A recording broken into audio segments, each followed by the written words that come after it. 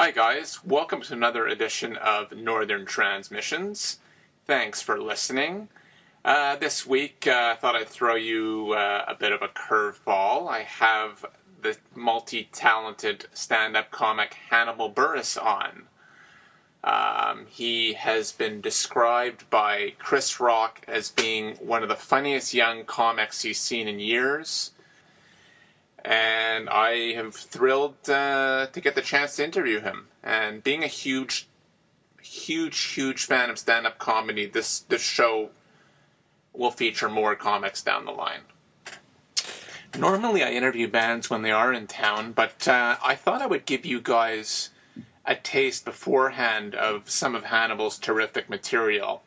He is coming to Vancouver on June 14th at the Biltmore. And you guys should definitely be there. It's a rare opportunity to see such a young, up-and-coming, talented guy in a small venue. Well, to get started, let's just listen to a track off Hannibal Buress' 2010 release. My Name is Hannibal. Please give a warm welcome to the very funny Hannibal Buress, everybody.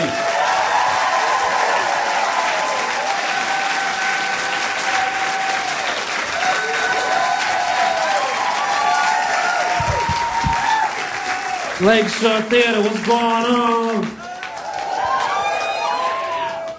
I was out front when I was coming in. This guy that was walking past, he looked up at the marquee, and he was like, Hannibal Buress? I don't even know who that is. I said, hey, motherfucker, that's me, and I don't know you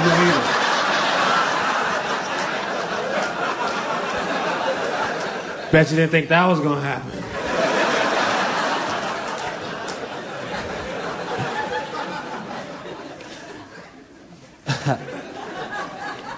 Sometimes at comedy clubs, they have comment cards and people can write bullshit about the show. I was doing this one show, and I read the comment cards. This lady wrote, we have a much better comedy venue in Fort Wayne, Indiana. It's called Snickers.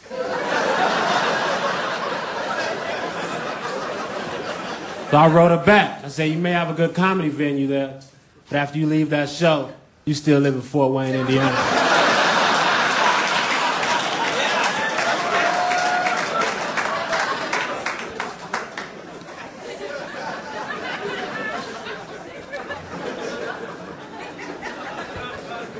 I had to fly from Chicago to L.A. one time, and the flight was from Chicago to St. Louis, then St. Louis to L.A., and I was checking in on an electronic kiosk, and you could upgrade the first class from the Chicago to St. Louis flight for $45. So I did it, and it was great. I should have gotten more apple juice, though. You get the apple juice in a real glass. It was awesome. I was getting sleepy. About 20 minutes in, it's only like an hour-long flight, I started fighting off to sleep. I was like, I don't want to go to sleep. I need to be woke so I can experience the shit out of this. I need to be woke for every moment. I should have drank all the liquor I could have drank, because on my connecting flight from St. Louis to LA, I didn't have first class. I had to walk back to 36F and endure the glares of people that saw me on the Chicago to St. Louis flight sitting in first class. They looked at me like, yeah, dude, we knew you weren't rich. Hell yeah. You didn't even look comfortable in that seat.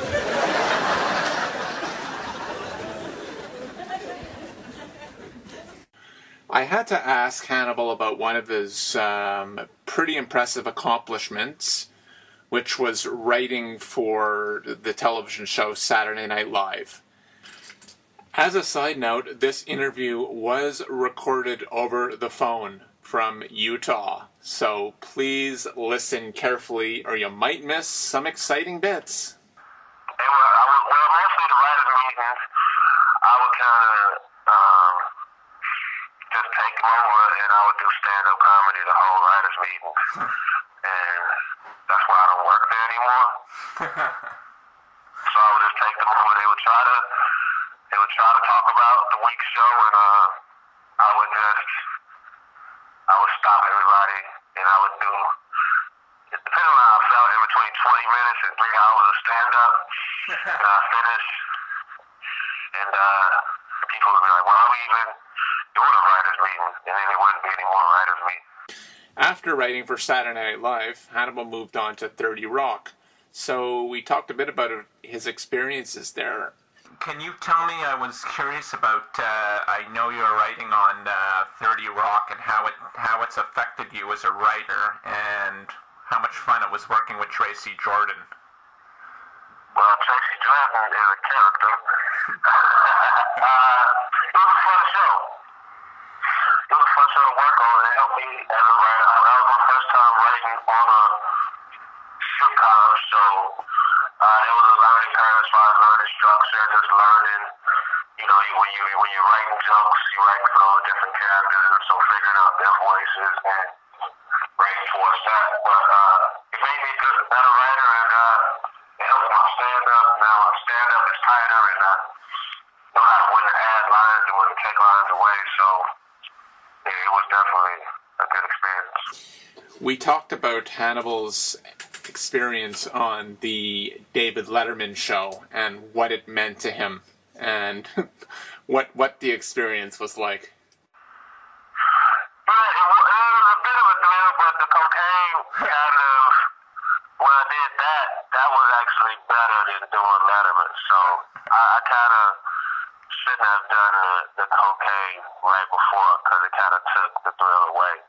Because it was my first time doing cocaine, and you shouldn't do cocaine right before you do Letterman. Although I still have fun on Letterman, but the cocaine was it was a really good cocaine. Paul Schaefer sold it to me. That's great. What's so funny? That's really good.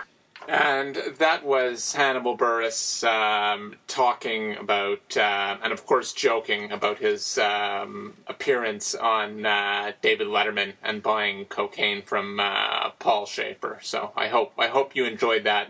I hope you enjoyed that as much as I did. So, and let's check out one more bit from Hannibal's record. A very funny bit on video games. I went to this bar around here. I thought there was a comedy show going on in the back. They didn't have a comedy show. They had Nintendo Wii bowling set up. And it was 2 girls and a guy playing. The guy asked me to be on his team. We played against the girls, then we lost because of me. He got ready to leave. He was like, all right, see y'all later, ladies. And to me, he was like, hey, man, step your game up. I was like, nah, dude, you step your life up. Get some real passions. I play a lot of video games. I play Grand Theft Auto. Grand Theft Auto is a really detailed game. On this game, you could buy clothes and go on dates with video game girls. So I bought an outfit that I thought the video game girl would like. I bought shirt, pants, and shoes, and I picked her up. She was like, that shirt is ugly. So I got out the car and I shot her in the face. Don't disrespect me, you video game bitch. You virtual twaddle you just shot you in the face. Now the date's over. Because I'm playing this game for an escape from real life.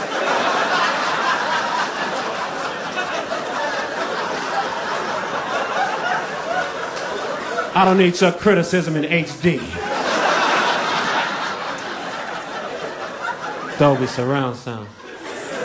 What's really hilarious is that you can't kill this girl because she's part of the storyline. So when you shoot her in the face, she's like, you're being weird. And she runs away.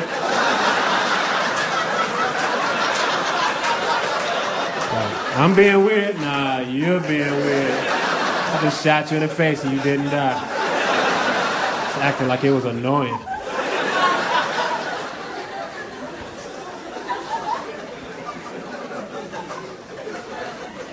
I was at the game store. They had Guitar Hero set up. And it was this kid playing. And I got on the other guitar to compete against him. This kid's father's hyping him up. Billy, you gonna rock out on this dude. Hell yeah, Billy. You gonna kick this guy's ass. Like, dude, chill out, man. Your kid's not a real rock star. He has no future in music. He's probably gonna work for the city or something. It's not a bad job. You get benefits, a lot of vacation days, but it's not any rock star shit by any means. So I started playing this game. I was a novice. This kid is a pro. He starts rocking out. He's winning. He starts leaning back with the guitar like that. Then this dude turned his back to the screen. Then he put the guitar through his legs. So I punched him in the chest and hit him in the knees with my guitar. Don't fucking showboat on me, kid. Have some class and act like you've been there before.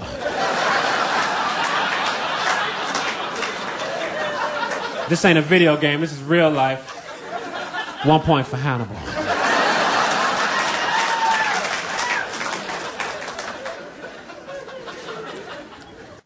Thanks again for listening to Northern Transmissions, featuring Hannibal Buress. I hope you enjoyed it. And Hannibal will be appearing June 14th at the Biltmore Theatre in Vancouver, BC. You should definitely check that out.